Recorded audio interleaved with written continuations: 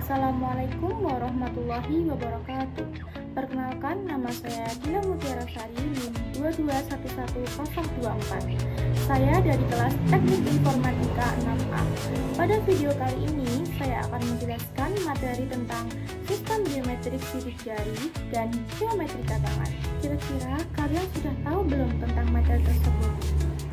Kalau belum, kalian simak terus ya video ini. Sistem biometrik sidik jari dan geometri tangan. Sebenarnya apa sih biometrik sidik jari? Biometrik sidik jari adalah teknologi identifikasi dan verifikasi individu berdasarkan pola unik yang terdapat pada sidik jari mereka.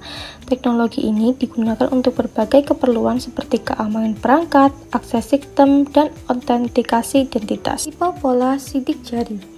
Sidik jari atau fingerprint dapat dibagi dalam 3 tipe pola utama, yaitu arch, lobes, dan whorls.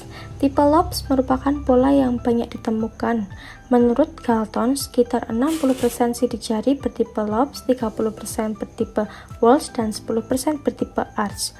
Lobes yakni pola melengkung yang masuk dan keluar dari satu sisi jari. Whorl, pola berbentuk lingkaran atau spiral.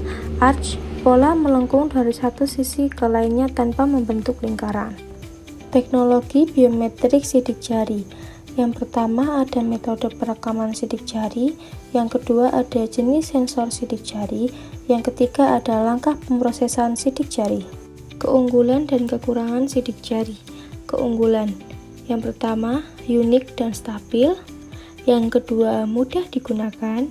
Yang ketiga, sistem keamanan yang tinggi. Kekurangan sidik jari. Yang pertama, tidak 100% akurat. Yang kedua, risiko keamanan yang dapat sewaktu-waktu bocor. Yang ketiga, biaya implementasi yang masih terbilang mahal. Selanjutnya, materi tentang geometri tangan. Geometri tangan adalah salah satu metode biometrik yang digunakan untuk mengidentifikasi dan memverifikasi individu berdasarkan bentuk dan ukuran tangan mereka. Teknologi ini bekerja dengan menganalisis dimensi fisik tangan seperti panjang dan lebar jari, ketebalan tangan, serta bentuk keseluruhan tangan. Teknologi ini pertama kali dikembangkan pada tahun 1980-an dan banyak digunakan dalam sistem keamanan akses, absensi karyawan, dan kontrol identitas. Analisis geometri tangan. Setiap titik F1, F2, F3, sampai F16 mewakili bagian penting dari tangan seperti ujung jari, sendi, atau sisi telapak tangan. Sistem ini mengukur jarak antara pasangan titik untuk mendapatkan ciri khas dari tangan seseorang. Data ini kemudian digunakan dalam sistem biometrik untuk mengidentifikasi atau memverifikasi identitas seseorang. Aplikasi dan penggunaan geometri tangan. Yang pertama ada absensi karyawan. Banyak perusahaan besar menggunakan biometrik geometri tangan untuk mencatat kehadiran karyawan tanpa menggunakan kartu akses. Yang kedua ada kontrol akses di tempat keamanan tinggi. Digunakan di laboratorium penelitian pusat data dan instalasi militer untuk membatasi akses hanya kepada individu yang berwenang. Selanjutnya ada sistem keamanan di penjara dan juga rumah sakit dan klinik. Penggunaan biometrik geometri tangan memiliki beberapa hambatan, di antaranya geometri tangan tidak sangat unik sehingga tidak dapat dikembangkan untuk sistem identifikasi. Alat untuk akuisisi data geometri tangan memiliki ukuran yang besar dan tidak bisa dipasang di dalam alat tertentu di laptop.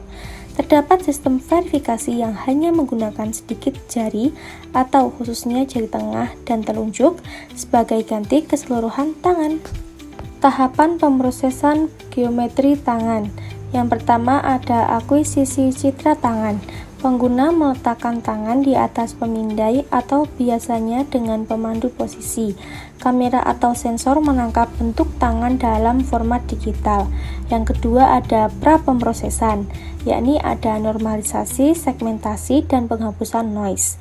Yang ketiga ada ekstraksi fitur. Sistem mengukur parameter seperti panjang dan lebar jari, ketebalan jari, bentuk telapak tangan, rasio panjang lebar. Data ini dikonversi menjadi vektor digital. Tahapan pemrosesan yang selanjutnya yaitu penyimpanan atau pencocokan. Jika ini pendaftaran awal, fitur tangan disimpan sebagai template. Jika ini verifikasi, sistem membandingkan data yang baru dengan template yang tersimpan.